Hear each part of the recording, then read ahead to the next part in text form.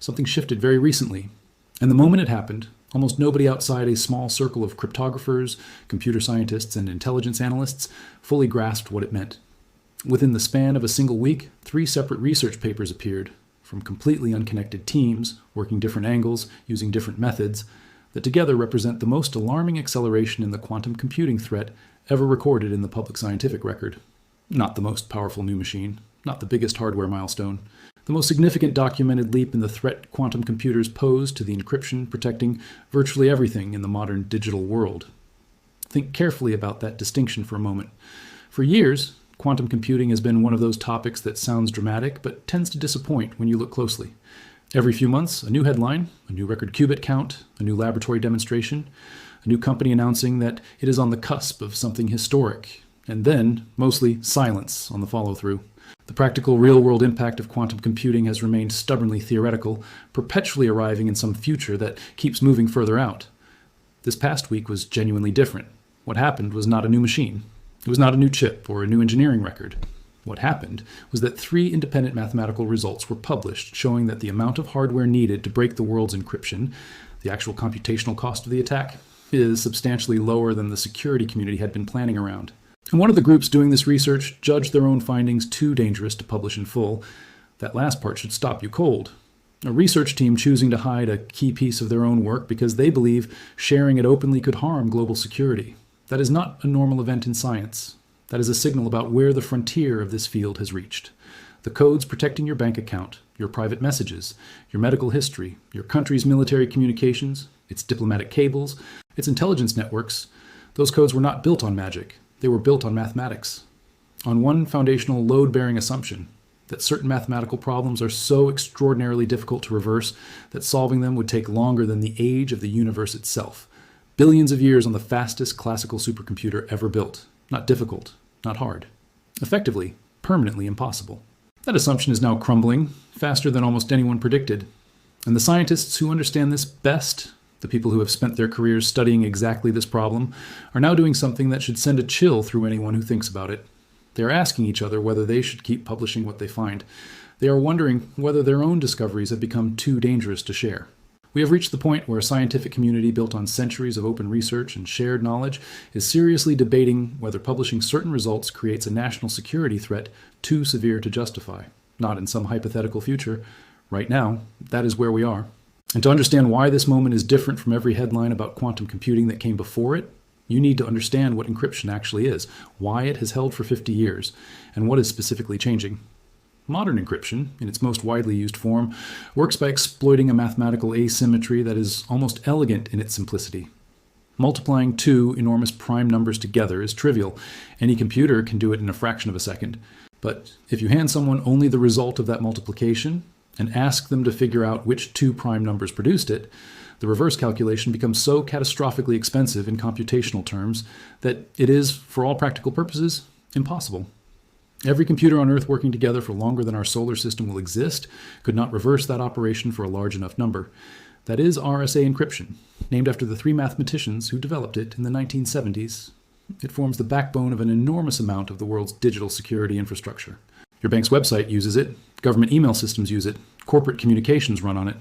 Military networks depend on cryptographic systems built on the same foundational math. There's also elliptic curve cryptography, which uses different mathematics, but the same core principle.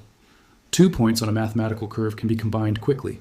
But given the result, reversing that operation to recover the original points is computationally infeasible for any classical computer. This is what secures cryptocurrency. The private key to a Bitcoin wallet, the digital signatures that authorize blockchain transactions, the entire security model of most digital currency rests on elliptic curve cryptography remaining unbreakable. And then there's the secure browsing almost everyone encounters every day, the HTTPS padlock in your browser, the encrypted channel between your device and every secure website you visit, every online payment, every private digital message, every encrypted cloud document. All of it runs on these same mathematical foundations, the assumption that certain calculations cannot be reversed in any meaningful amount of time. For 50 years, that assumption has been safe, because no classical computer could break it. But quantum computers are a fundamentally different kind of machine, and for a very specific class of mathematical problems, including exactly these ones, they change the calculation completely. A classical computer works in bits. Every bit is a 0 or a 1. Every operation reduces to binary. This is fast, reliable, and powerful, but it means exploring mathematical possibilities one by one or across parallel processors, but still in a fundamentally sequential way. A quantum computer works in quantum bits, qubits, and a qubit, because of a property called superposition, does not have to be a 0 or a 1. It exists in a state that is, mathematically, both simultaneously until it is observed. Add another property called entanglement, where the state of one qubit becomes connected to the state of another, and you have a machine that can explore an enormous number of possible states of a problem at the same time. For most problems, this does not produce a practical advantage. Quantum computers are not simply faster versions of classical computers. They are architecturally different, and identifying real problems where that difference produces a useful result has been much harder than the early hype suggested. But for breaking RSA and elliptic curve cryptography, there is an algorithm called Shor's algorithm that makes quantum computers not just faster, exponentially faster. The billions of years calculation on a classical computer becomes a 10-minute calculation on a quantum computer running Shor's algorithm. That is not an approximation. That is a proven mathematical result. The question has never been whether this works. It has always been whether anyone could build a quantum computer large enough and reliable enough to actually run it. Today's quantum machines have hundreds to low thousands of qubits. Previous estimates suggested that breaking modern encryption would require somewhere between 10 million and 100 million error-corrected qubits. We are nowhere near that. Were, past tense, nowhere near that. Now here's where the past week changed everything. The first paper came from a research group at Google. What they found was not a new hardware breakthrough. It was a new algorithm, a smarter, more efficient mathematical method for executing the same cryptographic attack. And this new algorithm is approximately 20 times faster than the best previously known approach. Do not let that number slide past. 20 times faster is not incremental. What it means in terms of hardware requirements is transformative. Where previous estimates required 10 million or more high-quality, error-corrected qubits, this new algorithm reduces that requirement to roughly 500,000. The math of the threat just changed by a factor of 20. The gap between what quantum computers can currently do and what they would need to do to break real-world encryption just shrank dramatically. Alongside that algorithmic breakthrough, Google revised its official estimate for Q-Day. Q-Day is the term the cryptographic security community uses for the specific moment when a quantum computer becomes capable of breaking modern encryption in a practically useful time frame. For years, the working estimate was the mid-2030s. The consensus across most of the technology industry and most government planning assumed Q-Day was around 2035, perhaps 2032 at the aggressive end, a decade away. Enough time to plan, transition, and prepare. Google's revised estimate is 2029, not 2035, not the mid-2030s. 2029, approximately 3 years from now. The second paper came from a startup called Oratomic, and it introduces a completely different hardware angle that makes the threat picture more complicated. Most well-known quantum computers, including those from Google, IBM, and Amazon, use superconducting qubits.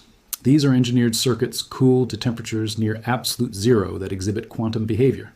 They are advancing rapidly, but they carry a structural limitation. The qubits naturally interact with their nearest neighbors on the chip.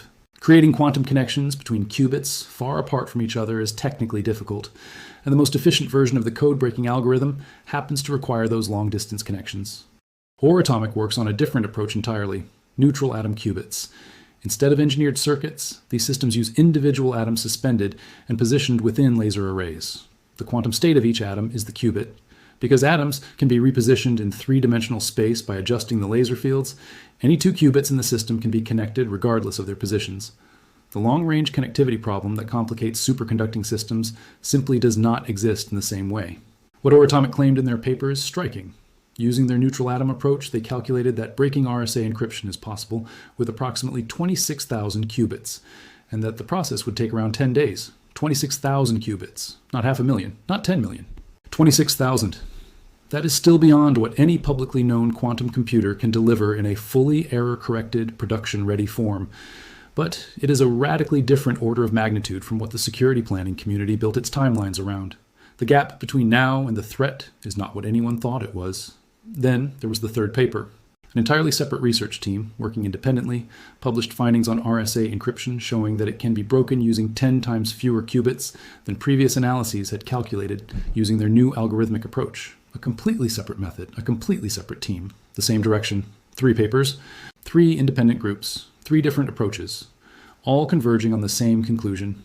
The resource requirements for breaking the encryption, protecting most of the world's digital infrastructure, are lower than previously understood, and they are getting lower. But something else happened alongside all of this that reveals even more about where we actually are. The Google research group did not fully publish their improved algorithm. They published what cryptographers call a zero-knowledge proof, a method for proving that a statement is true without revealing the underlying content. You demonstrate that you know something and that your result is real without disclosing the actual method. What the Google team did was prove that their algorithm works, confirm the performance claims, and then decline to release the algorithm itself. They showed the result without handing anyone the blueprint, and they made this decision deliberately, consciously, because the people involved judged that releasing the full algorithm would create a global security risk that was not responsible to ignore. That choice carries an enormous amount of information in itself. A research team at one of the world's most prominent technology companies, in a field built on open scientific exchange, made the decision to withhold part of their work because they believed publishing it whole would be dangerous. That is a direct, operational acknowledgement that the research frontier has reached the edge of something. Some of the most respected researchers in quantum computing have spoken publicly about the conversations happening in the field right now. People working on the precise resource requirements for breaking specific cryptographic systems have reached a point of genuine uncertainty about whether that information should be made public at all. The transition from asking, how do we solve this, to asking, should we publish that we solve this, represents something that has rarely, if ever, happened in modern computer science at this scale. Now there's a dimension of this story that does not get enough attention. And it makes the Q-Day timeline even more urgent than it might otherwise appear. It is called Harvest Now, Decrypt Later, and it means the threat from quantum computing is not limited to what happens after Q-Day. The threat is already operational. The idea is straightforward. Encryption protects data from anyone who cannot break it. But if an adversary collects encrypted data today and stores it, they cannot read it now. But they will be able to read it once they have a quantum computer powerful enough to decrypt it. The collection happens now.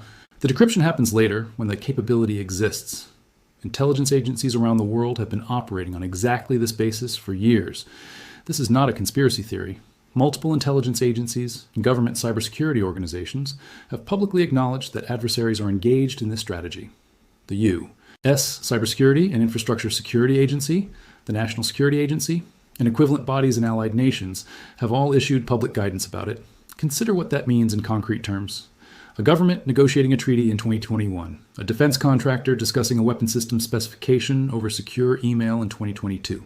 A pharmaceutical company encrypting its clinical trial data in 2020. A law firm sending privileged communications between attorneys about a major case. A journalist communicating with a confidential source through what they believed was an end-to-end encrypted channel. All of that data, if it was intercepted and stored, may already be sitting in an archive. Unreadable today. But the archive does not expire. It waits. What this means practically is that data collected in 2018, 2020, or 2023, currently encrypted and unreadable, may already be sitting in a foreign intelligence archive somewhere, waiting. Not readable yet, but preserved. Diplomatic cables from a decade ago, military planning documents from recent years, corporate merger strategies, legal communications, medical research, financial data. All of it, if intercepted, may be waiting for Q-Day. The security of information transmitted last year will be determined not by the quantum computers that existed last year, but by the quantum computers that will exist in 2029. If those machines can break the encryption, the data is not retroactively safe because it was encrypted at the time. It is only as safe as the strongest quantum computer that will ever exist in an adversary's hands. There is a specific category of data where this concern is most immediately serious. Anything with a long sensitivity window. Information that needs to remain confidential, not just today, but for 10 or 20 years. National security intelligence, long-term infrastructure plans, nuclear research, diplomatic back-channel communications, personal information that could be used for coercion decades into the future. For this category of data, the Harvest Now window is not a future problem. It is a current one that has already been operating for years. When you understand the Harvest Now Decrypt Later strategy, the urgency is not about preparing for a future threat. The data is already collected. The archives are building in real time. The question is when they unlock. This brings up the migration challenge. The cryptographic community has been working on a response for years. The National Institute of Standards and Technology finalized its first set of post-quantum cryptographic standards, new mathematical algorithms designed to remain secure even against quantum computers. These are solid, extensively vetted approaches that use mathematical problems Shor's algorithm cannot easily solve. But having a standard is not the same as being protected. Implementing post-quantum cryptography means replacing the cryptographic foundations of every application, server, system, and device that uses encryption. Every web browser, every banking application, every email server, every operating system, every medical records platform, every military communication system, every government database. The scale of this migration is genuinely staggering. It requires coordination across millions of organizations, billions of devices, and an almost incalculable number of software systems, ranging from the most critical national infrastructure to small businesses that barely think about their security posture. It requires testing, validation, budget, and technical work across organizations whose security priorities and resources vary enormously. Part of what makes this so difficult is that encryption does not exist in just one place. It is woven into the fabric of virtually every layer of modern digital infrastructure. Changing the cryptographic algorithm in a web browser requires updating the browser's code, testing it against every website and service it connects to, and distributing that update to every user running the software. But the same update also requires that the servers those browsers connect to have been updated to speak the new protocol. You cannot do one side without the other. Both ends of every encrypted connection need to migrate simultaneously, or neither side gains protection. For large internet-facing systems, this kind of coordination is hard but manageable. The major cloud providers, the largest financial institutions, and well-resourced government agencies have been working on this for years. But the internet is not only made up of large, well-resourced organizations, it is also made up of mid-sized hospitals running legacy systems, regional banks using software frameworks that have not been updated in a decade, industrial control systems protecting water treatment plants and power grids, running on hardware that was never designed to be updated. For these systems, the migration is not just a software update. It is a fundamental infrastructure replacement project. The industry was operating on the assumption that there was a decade to complete this transition. A revised Q-Day estimate of 2029 compresses that runway significantly. Systems still running pre-quantum cryptography at that point may be vulnerable. The transition timeline that felt manageable at 10 years looks very different at 3 years, especially for organizations that have not started yet. There's a harder geopolitical dimension underneath all of this that rarely gets the attention it deserves. Quantum computing is not just a scientific race, it is a national security competition, with stakes that some analysts compare to the development of nuclear weapons. The country that achieves reliable, large-scale quantum computing first does not simply win a technology award.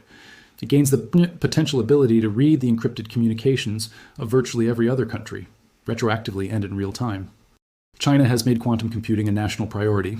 Government investment has been substantial and sustained across hardware development, algorithm research, and workforce training. Chinese researchers have produced meaningful results in quantum communication and have been active across the field. The United States responded with the National Quantum Initiative and has significant investment across the Department of Energy, the Department of Defense, the National Science Foundation, and the intelligence community.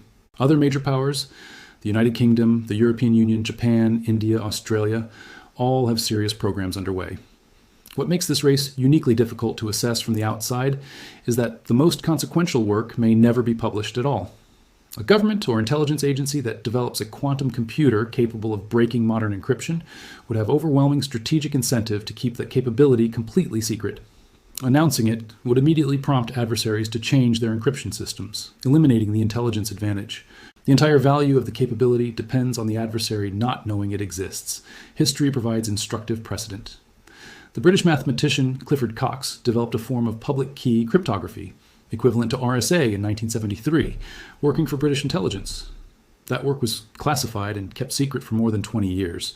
The public scientific community arrived at the same result independently. The classified frontier was a decade ahead of the public one. There is no reasonable basis for assuming that dynamic does not apply to quantum computing research today. The public research frontier, the papers published this past week, the results that are shared in academic journals, represents what the open research community knows. The classified frontier is somewhere else, by some amount, in some direction. And the people who know where it is are not saying. The cryptocurrency dimension deserves particular attention because it represents an enormous amount of wealth held by ordinary people making decisions today based on security assumptions that are under direct pressure. Bitcoin and most major cryptocurrencies use elliptic curve cryptography to secure wallet ownership. The relationship between a public key, the blockchain address that is visible to anyone, and the private key that controls the funds is secured by the assumption that reversing the mathematical relationship is computationally infeasible. A sufficiently powerful quantum computer changes that. Given a public key, Shor's algorithm allows a quantum computer to derive the private key. For wallets whose public keys are already visible on the blockchain, which includes a large proportion of held Bitcoin, This creates a potential vulnerability that does not require targeting any specific wallet. It becomes a systematic capability. The Bitcoin ecosystem has been discussing this for years. Some blockchain projects have incorporated quantum-resistant schemes or have transition plans in development. Bitcoin itself has not made this transition. The community has not reached consensus on approach or timing, and the technical complexity of migrating the cryptographic foundation of a decentralized global network holding hundreds of billions of dollars in value is genuinely severe. A 2029 Q-Day estimate means the community has less runway than it assumed, and the pressure to reach consensus is now measurably higher. For people who do not hold cryptocurrency, the implications are still direct.